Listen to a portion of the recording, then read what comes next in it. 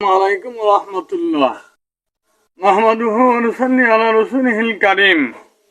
আল্লাহ পাক রব্বুল আলামিন ইরশাদ করেন, সকল মুসলমানদের উচিত হলো রাসূল পাকের উপর দুরূদ এবং সালাম পাঠ করা।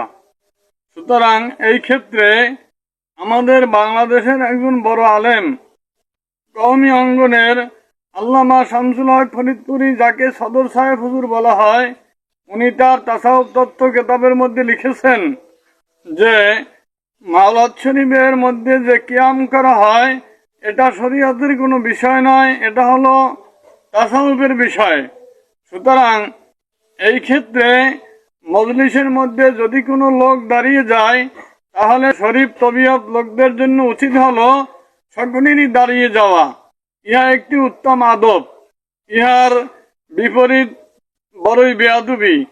সুতরাং তার কথার দ্বারা আমরা বুঝতে পারলাম যে মজলিসের মধ্যে মিলাদ শরীফ হইলে কিয়াম করা এটা উত্তম আদব।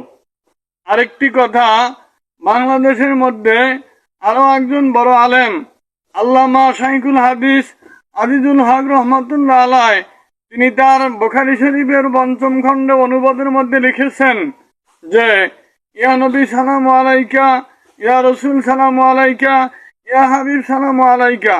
কিন্তু দেখা যায় আজকে কিছু সংখ্যক কওমি আলেমরা এবং তাবলিগের ভাইরা অথবা চরমনার ভাইরা বলতে থাকেন ইয়া নবী সালামু আলাইকা বলা যাবে না, অথচ ওনাদের সকলেরই ওস্তাদ হইল শাইখুল হাদিস আজিজুল হক রহমতুল্লাহ আলাই। তিনি তার কিতাবের মধ্যে লিখেছেন ইয়া নবী সালামু আলাইকা, ইয়া রসুল সালামু আলাইকা, ইয়া হাবিব সালামু আলাইকা, সালাওয়াতুল্লাহ আলাইকা। সুতরাং আমাদের উচিত হলো আল্লাহ যেন আমাদের সকলকে সঠিক বুঝ দান করেন এবং হেদায়েতের উপরে চলার তৌফিক দান করেন। বিশেষ করে সারসিনা, জৌনপুর সিলসিলা সকল উলামায়ে কেরাম মিলাদ কিয়াম করে থাকেন।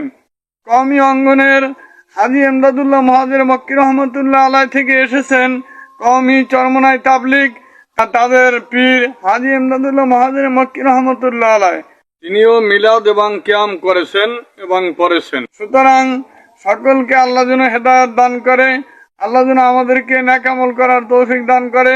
বিভেদ চাই না, বিভেদ ভুলে আমাদেরকে যেন ভাই ভাই হয়ে দিনের স্বার্থে সমাজে কাজ করতে পারি। আল্লাহ তৌফিক দান করুক, আমিন।